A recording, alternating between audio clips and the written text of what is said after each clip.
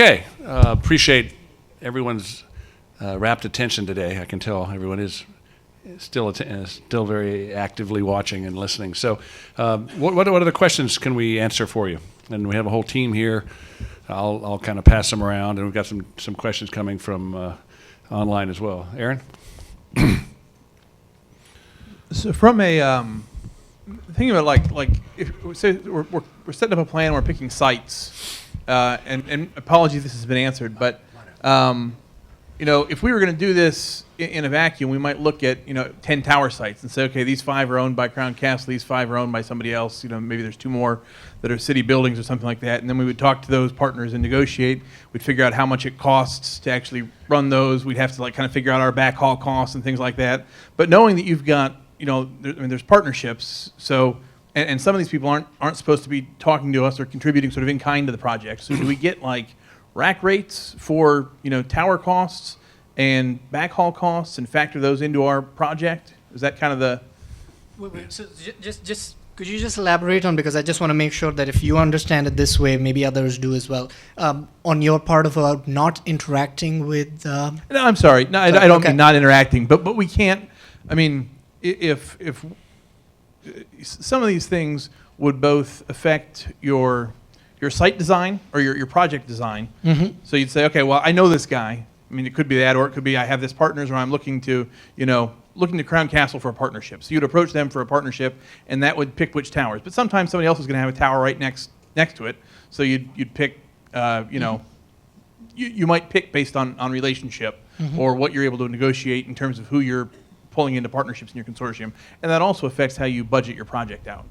So let me just clarify one thing. We've mentioned, I think, something that got lost in translation about industry partnership and consortia.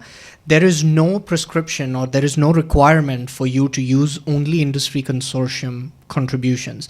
You have cash and you have a total budget which you have the ability to spend the way you feel it fits into your vision and your realization of that vision.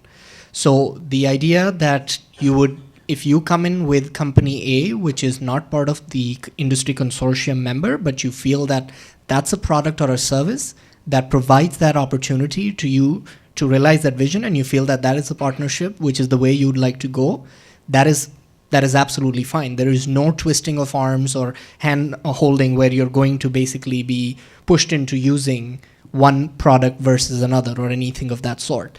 The place where we were talking about the technical negotiations comes into, as you sort of start thinking of those ideas, we would encourage that you would look at our consortium partners, given that these are technology companies that are out there who are doing sort of work along the technology roadmaps that you're thinking of.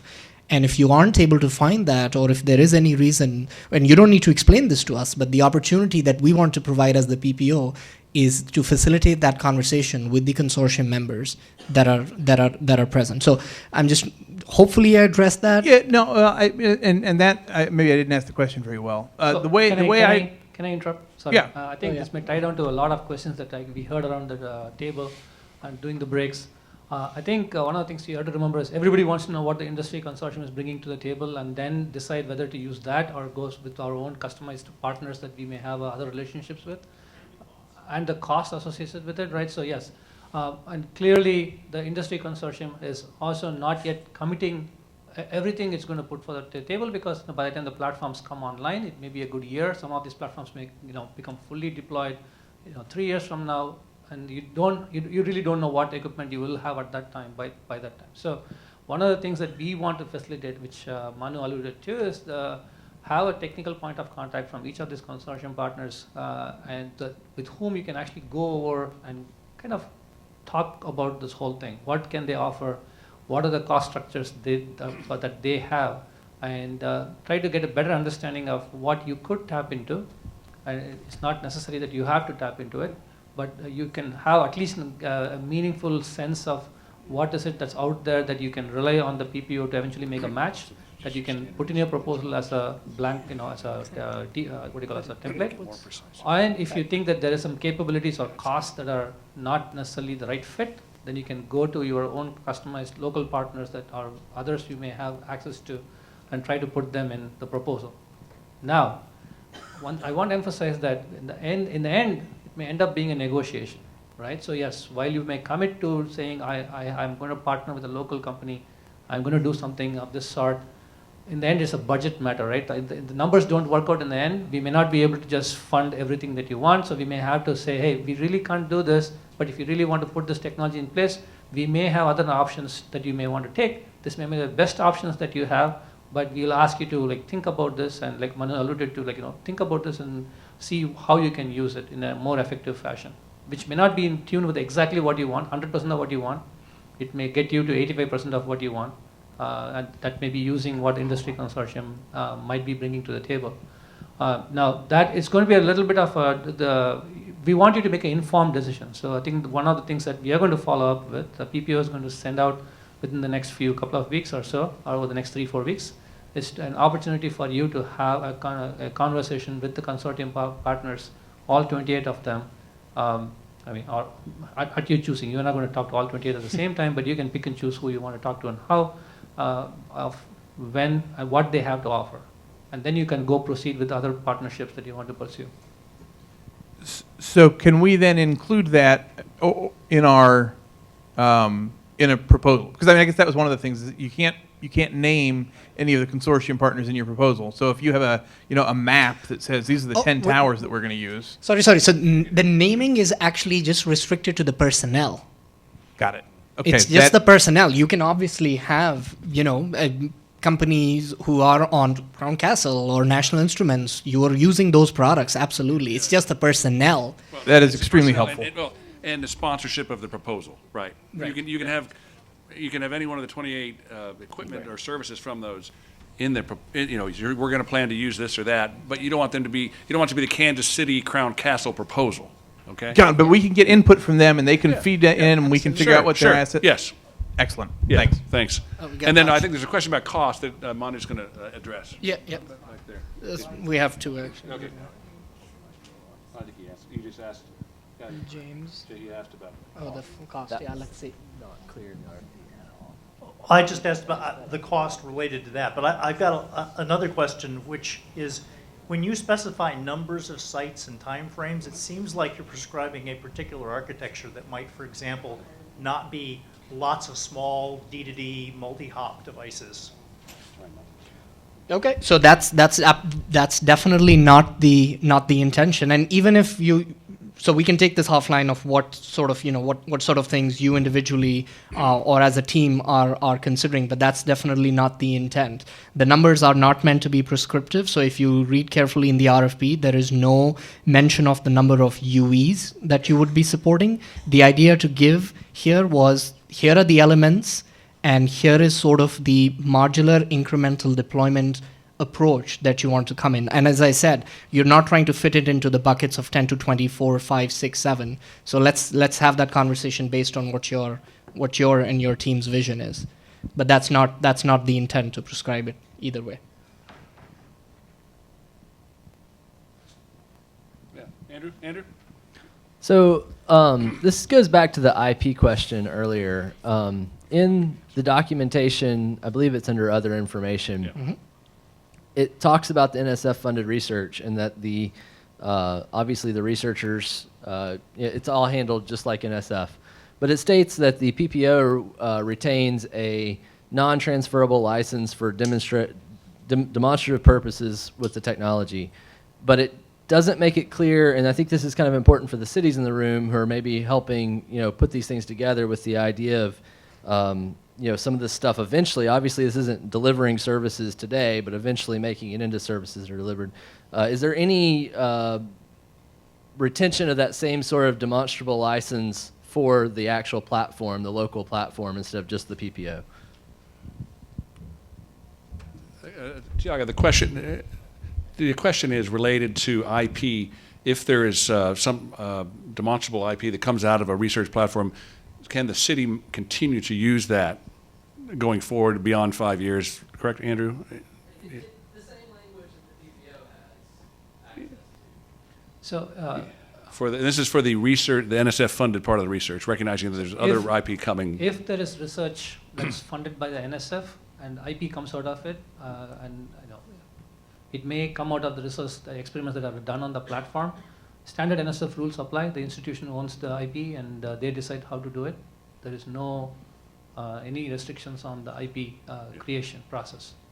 In the documentation you have, it says that the PPO retains a license for demonstrating the technologies and that sort of thing. I'm just asking if that would also apply to the platform.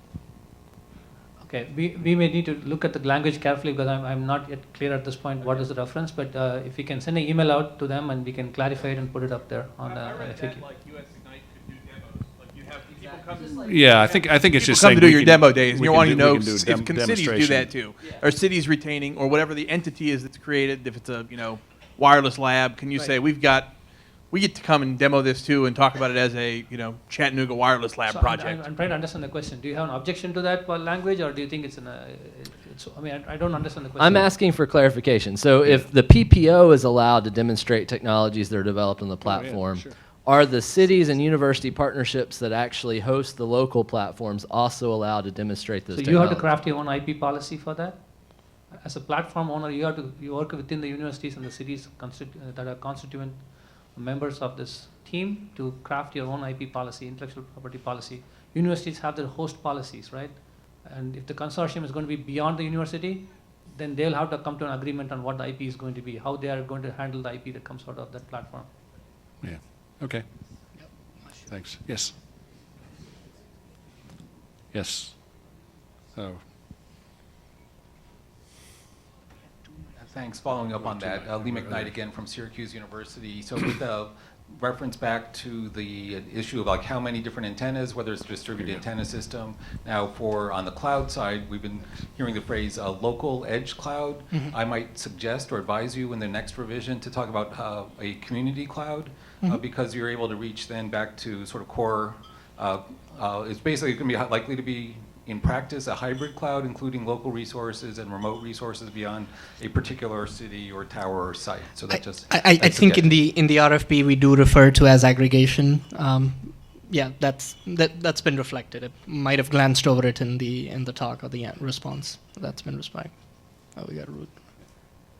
We had Ashu. Oh, there we go. So this is Ashu from Rice. I'm going to try to phrase it without implying anything, so I just want a clear answer. This is different from every other question we asked. Okay. I just want to be clear about what the review process is, and this is a kind of something which came up in our lunch conversations. So from an NSF, from our point of view, this is kind of a very unique program where there's actually industry money, whatever that is, but there's actual industry skin in the game. Mm-hmm. And I think at some point, I thought I heard industry input may be part of the review process. Maybe I misunderstood that.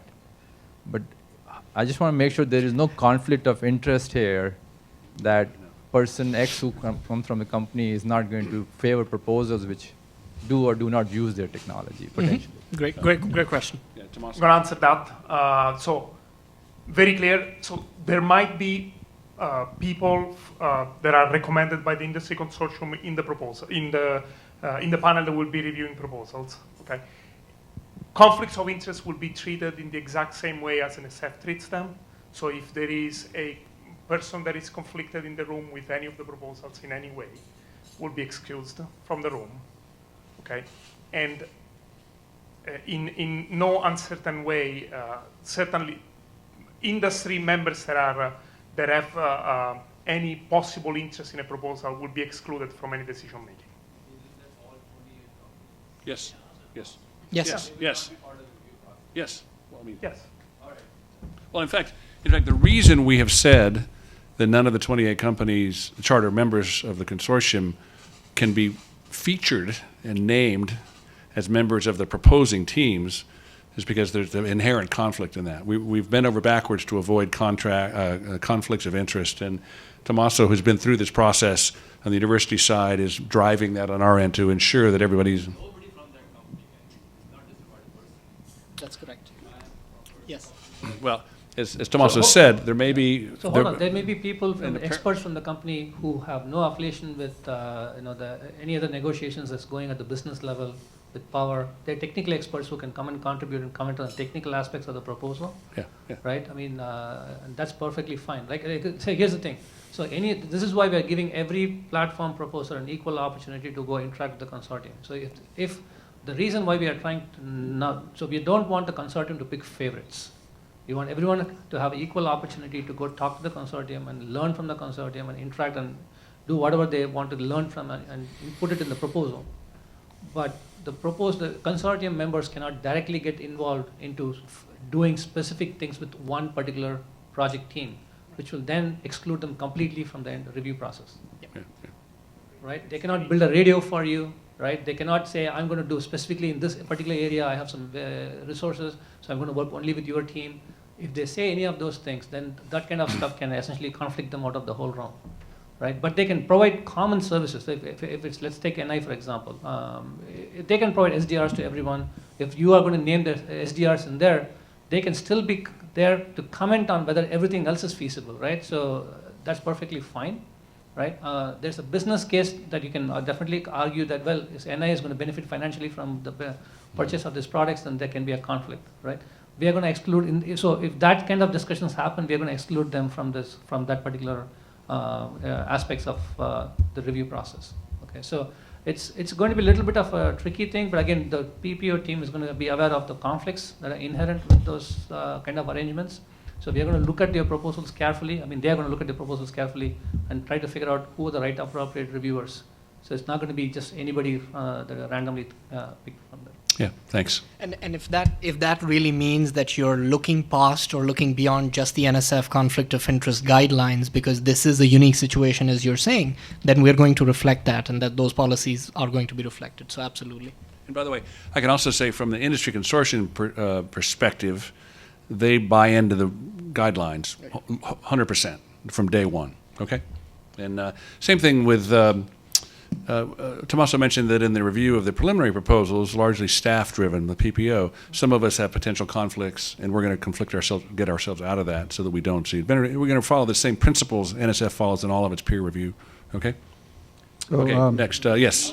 Ted Lair, City of Austin, again, kind of a different topic. If I understood one of the slides, it said something about cost sharing, no voluntary cost sharing, something like that. And so my question from a City of Austin perspective, we might be putting devices, the city owns the poles and a lot of the infrastructure, so we might be putting the stuff up, right? Sure. And that's, City of Austin. Just simple answer, just put it in the facilities section of the full proposal, not in the budget. Okay, we welcome contributions such as backhaul towers, permitting, expediting process. It's just, for federal rules, keep it from going into the budget as such. That becomes cost sharing. And there's a specific section in the full proposal called facilities, equipment, so and other. There's that piece, but what if, I'm hoping this is not the case, but we may have a department that owns a particular part of particular infrastructure that says, well, I want to be paid for my workers, putting up is that something that we have to figure out how to get them to do, or is it something that could be part of the cost well, if you're paying as an arm's length, correct me if I'm wrong, Tiago, but that's going to be perhaps part of your cash budget. Yeah. If it's arm's length, sure. But what we're trying to avoid is a situation where a university or a city contributes cash as a match, kind of. That's taboo in the federal and for fairness rules. Okay. I get it. Thanks. That's a good question, though. Appreciate it. What else we got? Yeah. Just following up on the conflict of interest, so let me throw out an example. Suppose that, Team A writes a proposal that uses Company X's gear to the tally of a couple $1 million, right? Mm-hmm. And Team B doesn't use Company X's gear. What role can Company X play in the review of those two proposals? Company X, a member of the charter. Consortium. Yeah. $1 million, a lot of gear. One team uses their gear as part of the budget, part of their quotes. Well, those are, informing the panels, the panel, that member of that company would be excluded from the panel reviewing that particular proposal.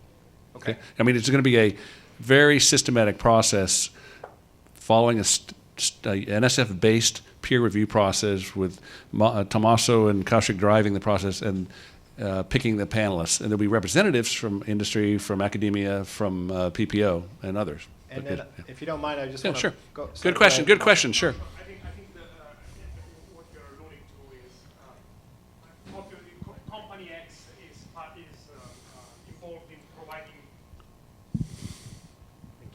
company X is involved in providing gears for proposal A, but it's not involved providing gear for proposal B, right? And can company X review proposal B? Okay, that's the question, I guess. Or A. Or A. For A, the answer is no, for sure, right? Even for B, I think obviously it's a little less obvious, but even for B, we would not do that. So any company who has gear named in proposals cannot review proposals? No. Pretty much, I think that would make sense. That is a member of the consortium? Yes, there is a member of consortium. Okay. I think we will exercise our judgment on that, Okay. but that's pretty much. I mean, you can assume from some aspects like radios, right? Radios, there's going to be radios in all proposals. Okay. Not necessarily. No. Say it again, please.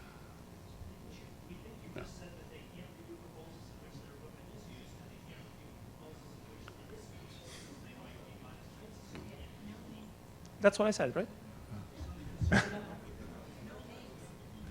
Isn't that what I said? Did I say something else? No. I think Tommaso was answering a case in cases, and there's So, just two I think examples. it's very simple, right? If you are going to have this kind of heavy involvement of a company in a particular in equipment, for example, then that company is clearly conflicted because they have a personal stake in the use of their equipment in the platform. So they are going to be conflicted. If a company is conflicted with a proposal, then they are conflicted necessarily with the other proposals in that round as well. So no employee from that company will be involved in the round. Okay? So that company X cannot review either proposal A or proposal any B? proposals in that round, yes. Yeah. Right? Okay. Right. That's- Now, that's helpful. it is possible that once we do an initial round, a screen, some of the proposals get eliminated, Yeah. and then some of these companies are no longer conflicted, then they can be brought in as additional. Some of the experts from those companies can be brought in Yeah. as additional reviews, right? But We will exercise judgment, but that's the idea. We don't want. We want to make Somebody, I'm sorry, I don't want to confuse things, but somebody just sort of made this, they made a point that I think might clarify this. In terms of the named equipment from companies, are you talking about equipment that's been contributed as a part of their contribution in the $50 million pile? Or are you Well- talking about things that would be purchased outside of that with Yes. federal funds? You're talking about the second thing? No, both. Well, in the first case, I would argue there's no benefit to the company since they have committed those things for free as a part of the consortium to the proposers. I would bet you that every proposal that involves gear from the pool will also involve, if let's say NI as an example, I want to use 10 NI radios from the pool of contributed Sure. stuff. Most likely I'll want to buy another 10 more as my budget to get scale. Understood. And so I think The hope would be that in the technical negotiation with the finalists, we would figure out a way to make sure as much of, if not all of those things fit within the NI contribution. but this is all after the review panel stage. I don't want to. Yeah. No, I understand. I get it. These are complicated issues, and we should talk about them. It's good to surface them. I have another one for you. But let me say something. So anyway, all appearances of conflict are important, even if there is no actual conflict. So we will make sure that there is no appearance even of conflict. Yeah, the phrasing is no potential or perceived conflicts of interest. Fantastic. Right. So speaking of, since we're talking kind of legalese almost here, Yeah. I'm trying to figure out the degree to which we have to get our lawyers involved. Okay, and I'm coming back to the IP issue. So one simple question in my mind is, if I go later downstream and write a proposal to the NSF to use a test bed, okay, and I carve out a certain amount of budget to go use that test bed, then do I have to form an agreement with that test bed provider, or does NSF have a blanket agreement with that test bed provider? And what IP? Somebody alluded to the test bed provider having an IP agreement in place. Sure. Let me. I'm Joe, by the way. Sorry. Let me. Broadly speaking, there are kind of 4 categories of IP, and one very large one of those is quite large. And when you're talking about the research that is done on the platforms, especially with NSF funds, That's detailed in the other information in the solicitation. You can see those are the rules that Diago mentioned. They're fairly well known, I think, by most of the researchers here. I would say there are 3 other sort of categories of IP that have a lot to do with the companies who have contributed equipment and other things into the platform as it is. If you're a researcher, you're going to want access, especially on an experimental basis, to some of the things that are embedded within the equipment that was on one of these platforms. We have surfaced what those are, and we are working with the consortium to come up with a blanket agreement between the companies and the project office that will cover the researchers as well as the platform operators and what the rules for that IP on those pieces of contributed equipment and other elements are. And that will be surfaced before this process is finalized. That is not finalized right now. But the companies will have agreed as a part of giving into the consortium what the rules are with those elements. Go ahead. So one of the researchers that I approached raised this question pretty quickly, and they said, well, what happens if I generate new IP that's produced on your, that's validated or produced on your platform using equipment from companies X, Y, and Z? Who gets access to the IP? That's exactly what will be determined. That's the issue at question. And there's a few different varieties of the way that could happen, and we will work our hardest to get all the companies who are contributing to, as a part of their contribution, make an agreement that carries through to the platforms and to the researchers that you will know upfront prior to doing your research. And so you will know the rules of the road. And if it just so happens that those rules don't come out in a way that you can abide by, then you'll know that and you can go on and do research elsewhere. But as of right now, everybody understands this is one of the biggest, thorniest issues. And they are still willing to contribute and willing to work on an IP agreement that they think will be acceptable in the long run. There's a lot of moving parts here, though. A lot of companies contributing, a lot of the federal government, a lot of researchers, a lot of moving parts here. Yep. But we anticipate having, we will have a document that you can read and know those rules up front. We anticipate there being a good resolution to that. You want to answer? Sure. Yeah, so I just want to add on to that point. So there's a document that's being worked on right now, and it's going subject to negotiations, is happening, but you can rest assured that you have a biggest champion, the NSF, on your side to make sure it's going to be equitable and fair to universities, and they are given the full freedom to pursue any rights to inventions and licensing and the opportunities to commercialize them. So NSF is going to be there looking after your interests. So don't worry about that part yet. We will publish that, and you will see it's going to be more than fair. Yeah. All I ask is that you tell us when we need to worry about it. Right. Yeah. Not now. Not now. And I think it should be ready by the time you get to the full proposal. Yes. Yes. Right? By the time you submit your full proposal, you should be able to see the complete IP policy once all the members have had a chance to weigh in. I mean, one of the challenges with like 28 companies is you have 28 groups of lawyers looking at everything and going through feedback and back and forth. So, I mean, once we are almost there, we'll get it out soon. One add-on to that is that these companies have given, knowing what this program is going to be and knowing what the end results are going to be, and this has all been charitable giving. There's no quid pro quo here. So they want to be involved in a way that's going to make more research and make more researchers do more research on these platforms. So they have an incentive not to make this overly difficult. That doesn't always mean it doesn't turn out that way, but they've been very good in working with us on this. So I'm optimistic. Yeah. Question. Thank you. Rudra Datta, NC State again. 2 questions. One is a follow-up to the cost sharing issue. So I got this much, that if you are paying them from the budget, then they turn out on the budget.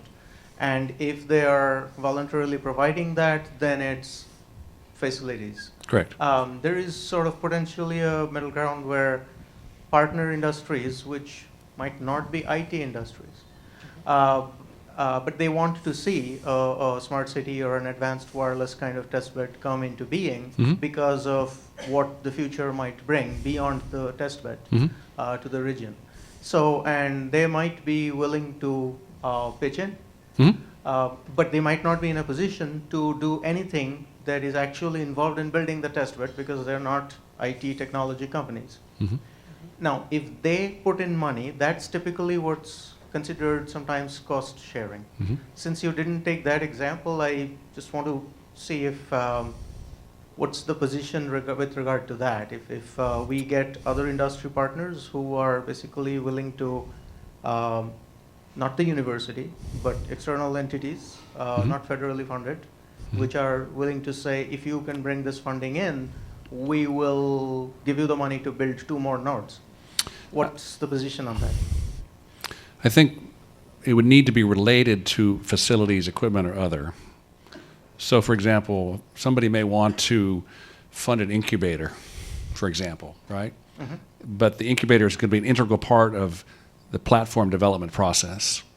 That would probably pass muster. But if it's purely cash contribution, unrelated to the platform, that's going to be tough to pass.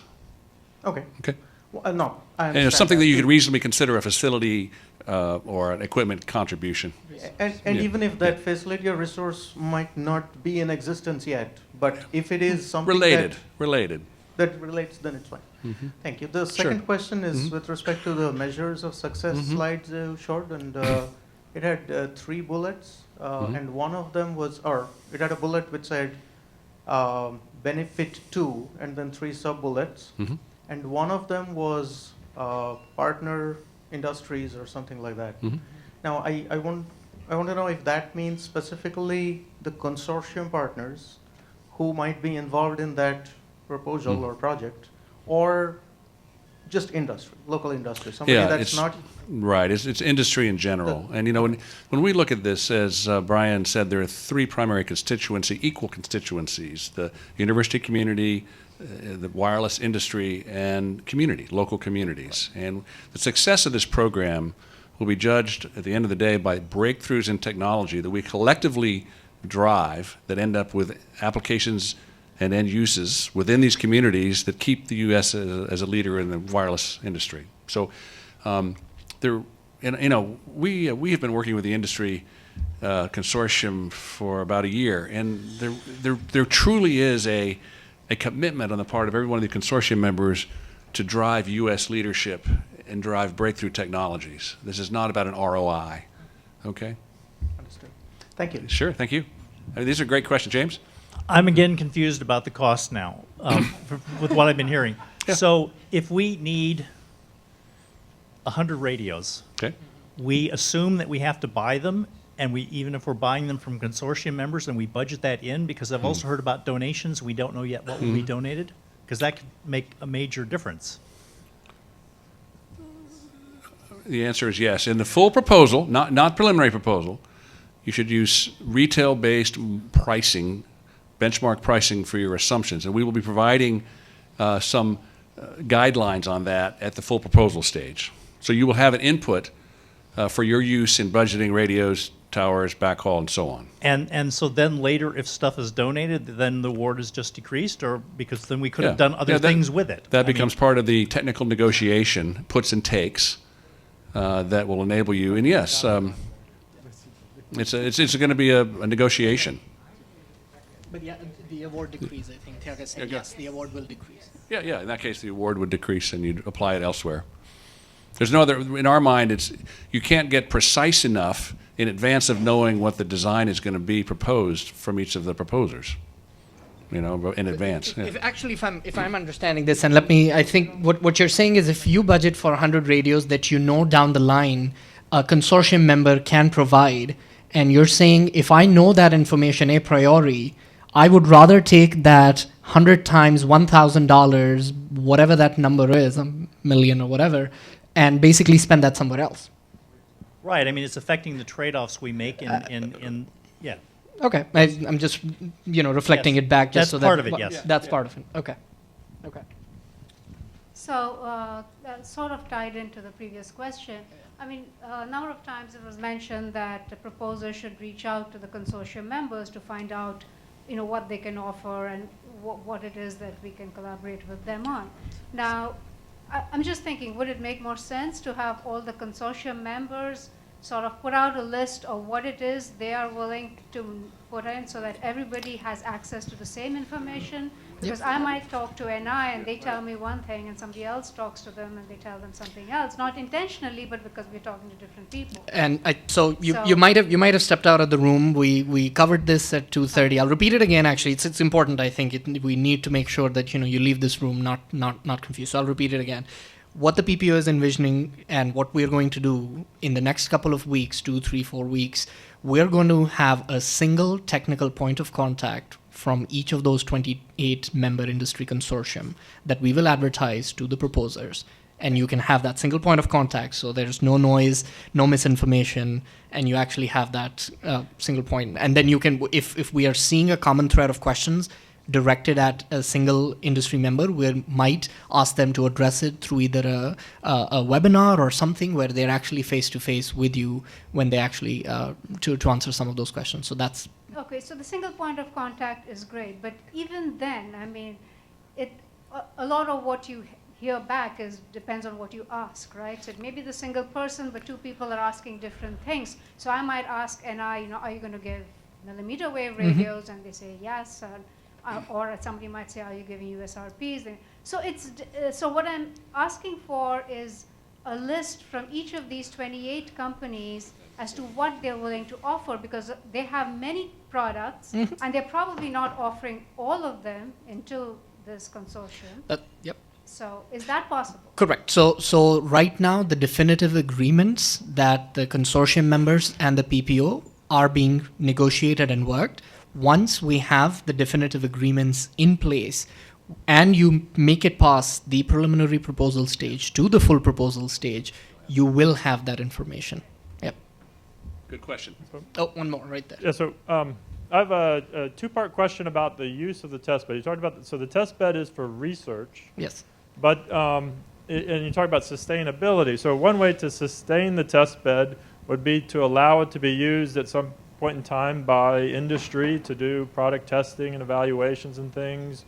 Also, municipalities might want to use the test bed in order to evaluate companies that are going to, provide new services or capabilities to their particular networks. Is there any leeway there? So the way the platforms have been envisioned, it's a 50% research time and 50% industry time.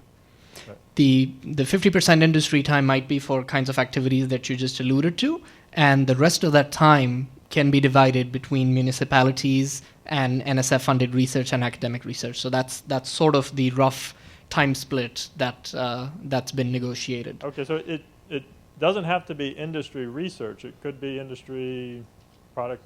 Absolutely, absolutely, and that's the kind of stuff. Part of the sustainability. Okay, and then the other half of this question is, so if a city comes along and says, okay, you want to build 20 nodes with the NSF money, we want to build another 20 nodes and make it part of the same test bed, but we're using our own money, it's a separate thing, something like that is okay? 5 years after. Yeah, sure. So after the period of your award is over, because during the period of the award, that is going to be considered as cost sharing, right? No. So the cost sharing comes into play when you're submitting a proposal. Purely for the purpose of, you don't want to tip the balance in the mind of a reviewer saying, if I award this, I get all these extra benefits, right? That's the balance we are trying to create. So we're preventing cost sharing at the time of review of a proposal. Once a proposal is awarded, anybody can come and augment it however they want. The city wants to add something, a new company wants to say something, you got some extra money, you want to augment the proposal, feel free to do it. But at the time of proposal, there cannot be any cost sharing. After the award is done, feel free to augment it.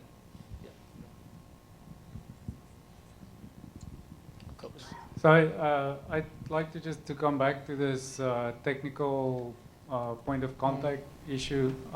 It seems to me this is not going to work very well. I mean, you're going to have 28 companies, each with a point of contact, and you're going to have, I don't know, maybe 20 teams, or maybe less, I don't know.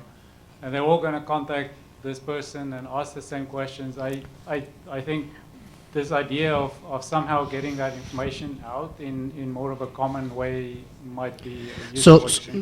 So we're considering that. Again, we have to get that commitment. This is something that's, based on the level of interest that's come into industry contributions, we understand we've sort of escalated the level of an importance of this. What we're envisioning is that these 28 members will actually be hopefully hosting some sort of a webinar or some sort of a forum where you actually will be able to communicate with them. So they're able to talk to the proposers in a common setting. If you have some competition sensitive or proposal sensitive topics, you can take them offline as well. But yes, that's the hope. If Crown Castle is getting questions about pole attachments by 20 proposers, we're going to make sure that that gets addressed in a single point, so we don't want to add to their work. What I'm also hearing from Cobus is get this summary list out as soon as we possibly can. We hear you. We've been hearing that loud and clear today, so we will do that. But we also want to emphasize as a PPO, and I think I share what the NSF feels about this, is that we would like for the proposals to not be driven by what's available in the contribution by the Industry Consortium. Okay. Of course, the contributions from the Industry Consortium will play a role, but we want the proposals to be, in a sense, visionary. Okay. Imaginative. It's not a composition of existing products from the Industry Consortium. I hope this message is clear.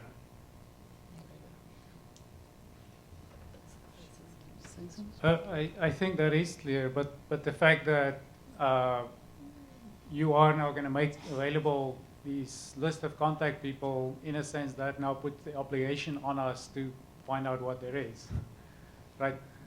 I mean, if you left it at the kind of the vague appendix, whatever, we can say, oh, well, okay, there's not much there, so we can't react to that. But now, in a sense, I feel like, well, I should go find out because maybe there is something relevant. So when you go talk to them, please don't ask for what model number you're going to contribute, because that's definitely not going to be the model number that will be in play by the time you get the money or get ready to deploy the equipment. You can definitely ask them what's the capabilities, where do you have resources, what kind of facilities that we can tap into. Don't ask for the roadmap, because they're not going to reveal the roadmap to you. Internal roadmaps are not going to be available. So what you're going to hear when you go reach out to this technical point of contact is going to be a brief glimpse into what they can do at this point of time, even though they know what they will do later. But you will have to go back to the drawing board after a year from now, or a couple of years from now, when the time comes to deploy some of this equipment. You may have to get much better ones, and you may have to revisit and renegotiate. That's part of this thinking. You're looking at forward, much more forward-looking, this cutting-edge equipment, which is going to be subject to a lot of flux. So you need to be a little bit nimble on your toes to react quick and kind of be able to negotiate on the fly. Okay. Great. Thanks. Lily. I have a fun question. So could you guys clarify what you were thinking about under, I think it's under the vision sort of element. It said that the test bed would be, I think, well-intended. Was those the words? Well motivated. Yeah. Would you guys tell me a little bit about what that means? Because it seems like a simple question, but then if we're all thinking about that right now, I bet you we all kind of have a different picture in our head. So can someone elaborate on that? Let's just have some fun. Do you have an answer? Well, since it's a fun question, I'll think of fun answer. So when we say well motivated, when we researchers or academics folks say the word well motivated, it means you are not proposing, let's say, Star Wars in 1 year. So you're motivating. So in the spirit of a modular development, it is well motivated, whatever you're planning. In the spirit of the way in which you're engaging with the community, it's well motivated for the kind of application that you're planning. Yeah. And so the follow-up on that is this. In the metrics and the KPIs, I didn't really see anything in there that describes success as related to outcomes or number of researchers that use the platform, or it was pretty much can you budget it, can you build it in budget and in the time is what it felt like to me. But maybe there's more to it than that. So I asked that. Yeah, sure. That's good. Anything like that. Bill, you had some online questions maybe? Okay, sorry. Hi, I'm Tony Vaughn. I'm the organizer of a makerspace in Badeville, North Carolina. We call it Tesseract Point. and we're sort of a research lab and a little bit of an incubator all at the same time. I had a question about your vision for how a makerspace might get involved in either originating or participating in someone else's proposal for a platform. And a second part, what do you see as the geographic scope of the platform? Is it like maybe within a county or within a few counties wide, or? I think it's pretty up in the air as to how you want to define it. One thing we said is it's nice to have a critical mass of users in one area or other, but you could have islands as well, as Manu discussed. But I think for your first question, as far as a makerspace, you'll see references in the American criteria to innovation ecosystem. I mean, a makerspace or an accelerator group or incubator is an integral part of a lot of the community's innovation ecosystem. So I think many of the potential proposers would welcome having a makerspace in Fayetteville?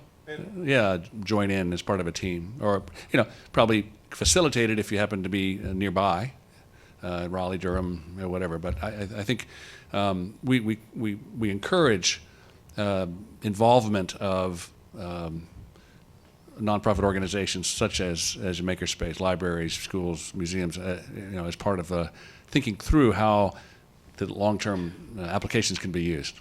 Okay, thanks. Yes. You have room for one more? Sure. So I realize you don't want to be prescriptive because you don't want to limit the top end of sort of the disruptive, transformative research and applications that we might pursue. I might suggest, though, that it could be healthy for us to develop a consensus on what is considered incremental. In other words, preclude things that aren't really of interest that we know today or that collectively the consortium knows today, so that the community is focused on the more broader, open-ended stuff on the top end. I mean, as part of the RFP, Appendix 1 is the industry vision that's been published. It's when you get a chance, I think that is the industry's contribution of their vision and sort of the things that they feel important for a platform to have. That's I think as much of a hint as proposers in this room probably get from the perspective of industry to sort of see that the things that industry is thinking are important and things that might not be listed there and might be listed or might be part of your vision. That's sort of a that's a trade-off you have to make. Are you pursuing that? And if so, you're justifying that. And again, this is the industry, idea of an architecture or elements or whatever it is. So it's not part of the RFP. It's just the industry. Yeah, I just wanted to add that. So this is certainly from the Industry Consortium's viewpoint and enthusiasm. But also, Tiaga mentioned a few large investments that NSF has done over the past several years, and we want to see something exciting ahead. Let Tiaga take more on this if you like, but. I think the question you asked is what you shouldn't do, right? What is considered incremental, right? So. Are we comfortable saying what we shouldn't do? Right, exactly. So we are comfortable saying what we shouldn't do. So if your platform is going to do exactly what industry is going to be doing anyway in 5 years, within the next 5 years, please don't do it. That's not what the platforms are supposed to support. So, and many of these these roadmaps that industry has published as what they think they can do within the next 5 years are online. If not, come and reach out to me. I can give you some of those roadmaps from different sectors.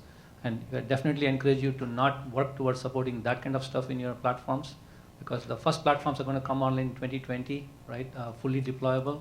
And if you think that industry is going to get it done by 2021, you're not going to get anything out of those test beds. So you want to think beyond that. Okay. I do have a question that was submitted to us. So this is in reference to merit review criteria 4, which I'll remind you is alignment with PAWR vision, and the last bullet, diversity. How important is diversity within a single platform proposal? Is it a trade-off against focus and depth in a particular application type, use, et cetera?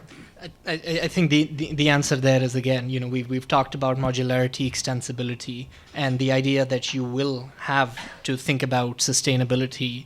So diversity actually they're related. Sustainability was pulled out into its own sub-bullet because the idea is to have these platforms exist after the 5 years of funding. Diversity, the way it's being thought of or has been explained again earlier today, the idea is to have the ability to be extensible. There is no requirement to have a very, very broad focus, and I think this was a question posed earlier, that if I'm well-versed and I have enough research capability to address 3 or 4 different areas versus focusing on a single aspect or a single area, which end of the spectrum should I fall under? So I think diversity that's just another enabler, is I think what we think. I'll tackle a couple of the other questions that were submitted. So the slides, they are already available on advancedwireless.org. A number of you had questions about whether we distribute the slides. The webcast, will the webcast be distributed? I'm looking at you, Paul, but I think it's going to be on YouTube soon.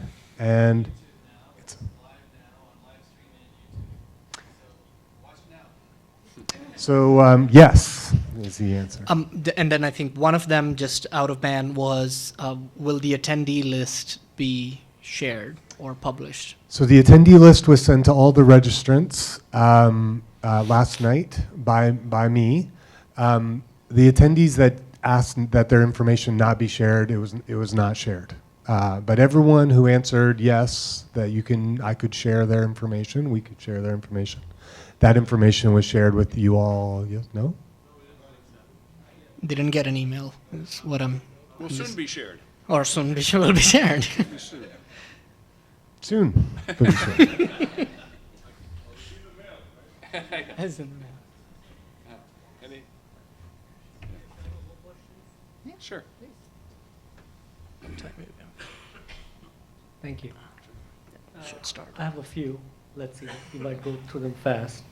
This is from the University of Notre Dame. On the funding, I had a question earlier over lunch. I asked, can the capital equipment budget or can the PAWR funding be used for staffing besides capital equipment? I got the answer yes, it can. Are there any constraints to that in terms of design, deployment, installation services versus ongoing operations? Just balance it so that you ensure you have ongoing support for operations. It's just a trade-off. Sure. Okay. But are there constraints in the sense? No prescription. Somebody wants to use 50% for staffing. That's I'm just throwing. Yeah. As long as that they can prove that the platform will be operational for 5 years. Okay. Yeah. Sure. Thank you. Yeah. The $20 million in cash and in kind, how will that be distributed to the sub-awardee? Are there any risks to that? Are there any constraints to that? In the sense, would it be like maximum 50% will be available in the first year, and then is it going to be spread out in a certain way? No, there's going to be once a winning platform has been selected, based on a detailed platform development plan and Gantt charts, there will be gates and milestones established for when the money can be released. You achieve certain milestone and then the money is released. Okay. Staged incrementally along the way. But going into all of that, it could be depending upon who has won it and what their plan is. Sure. Yeah. But there are no initial constraints from your side how you spread the 20 million. No. You know, each winner might be different in that regard. But one thing we're certain of, it's going to be performance based. Sure.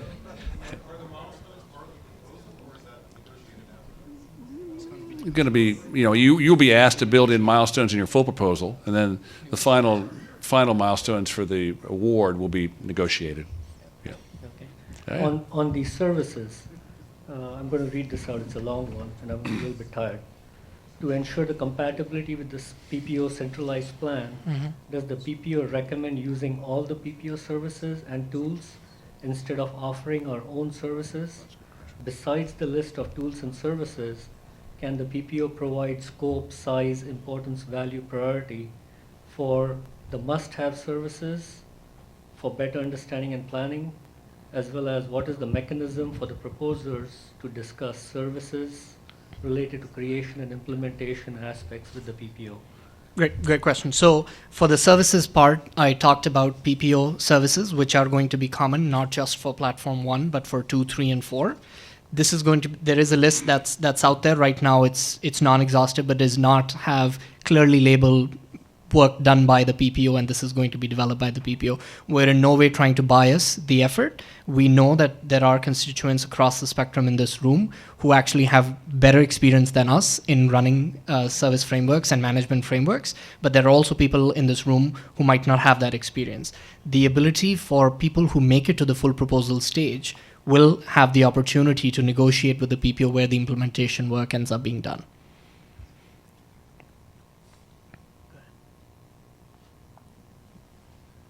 So I'm going to piggyback with Harish here. There's been some talk about establishing user fees for the testbeds, and I wondered if there are any benchmarks or sources of information for within the Genie program or the like that could be utilized here.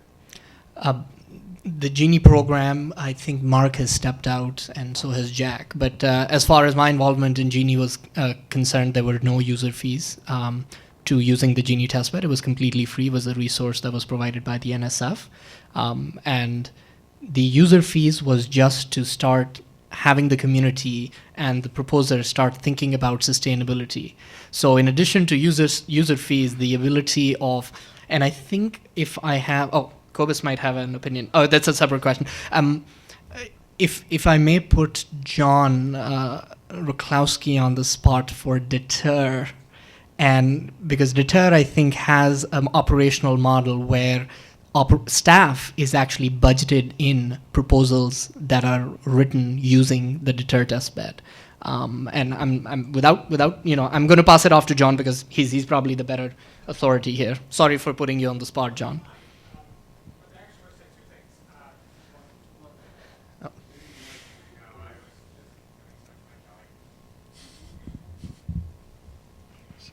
Rare you get to yell at Manu. You should do it whenever you can. I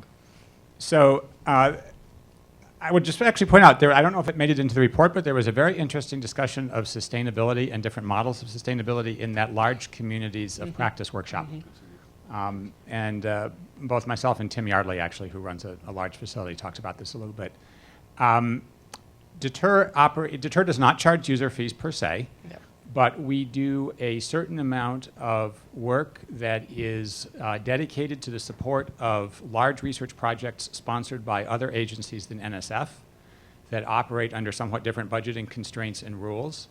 And in that work, we are able to both get typically some support for equipment, upgrades, refresh, things of that sort, and significant support for what I would call expert staff. Because it turns out, and this will be very relevant, I think, to some aspects of PAWR, that folks who understand how to frame and construct experiments and do really good, strong research, rigorous experimental research, and folks who understand how to translate that into the facilities of a particular testbed are not necessarily the same as the domain researchers. Yep.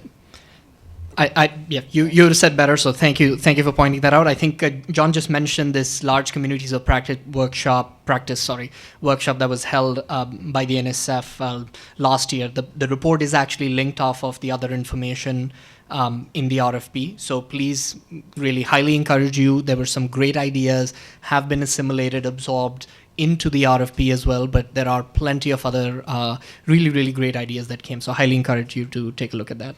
Kobus. Just sort of a follow-up related question around the user fees. And I want to ask the question a little bit from the point of view of future research that might be funded by NSF to be done on this platform.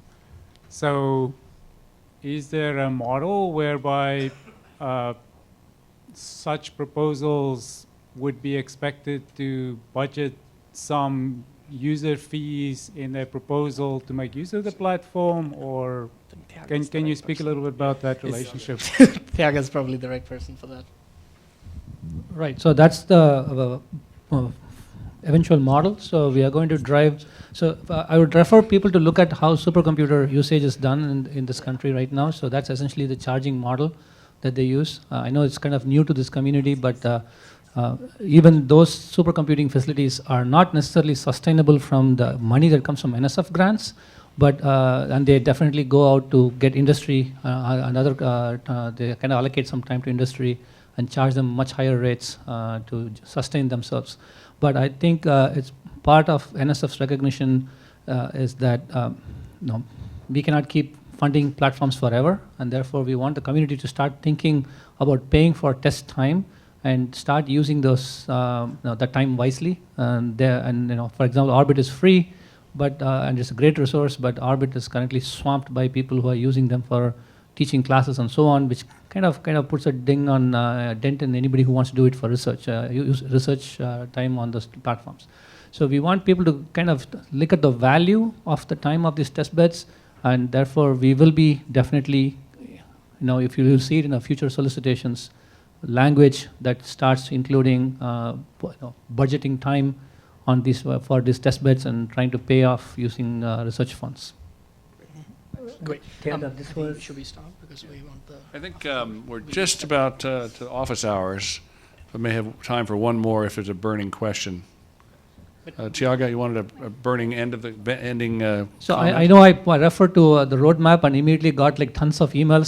So instead of rather responding to each of you one by one and not having the ability to communicate to everyone at the same time, I'm going to give you guys a simple start. So if you go to IEEE TV, there was recently a Brooklyn 5G summit that happened literally last week. So there's a whole bunch of very interesting talks from industry folks, Nokia, Ericsson, Deutsche Telekom, Verizon, and Intel, and so on, where they clearly laid out the roadmap for what they call the initial 5G deployments, that is anywhere starting in 2018 all the way to 2020. I think you need an IEEE membership number to membership account to view those videos, but that's essentially the best place to get started. I'll probably be sending you the same slides, but essentially that's the. I'll work with the PPO to see if I can put some of those things online once I get the permission of the speakers.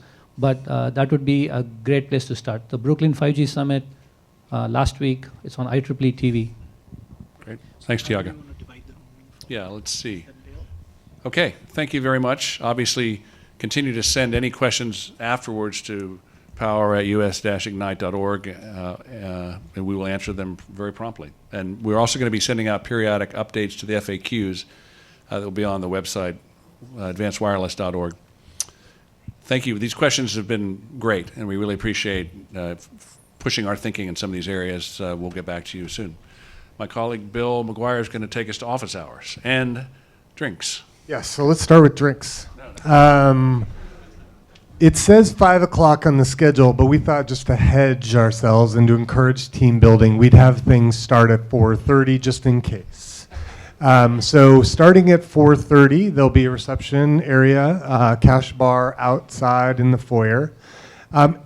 Between then and now, what we had in mind was that members of the PPO team and Tiaga, if you're available, will sort of spread out. So I don't know, Brian and Nancy maybe over here, and Manu over in this corner. I imagine you'll be very popular. And Joe, if you don't mind joining Nancy over in this corner.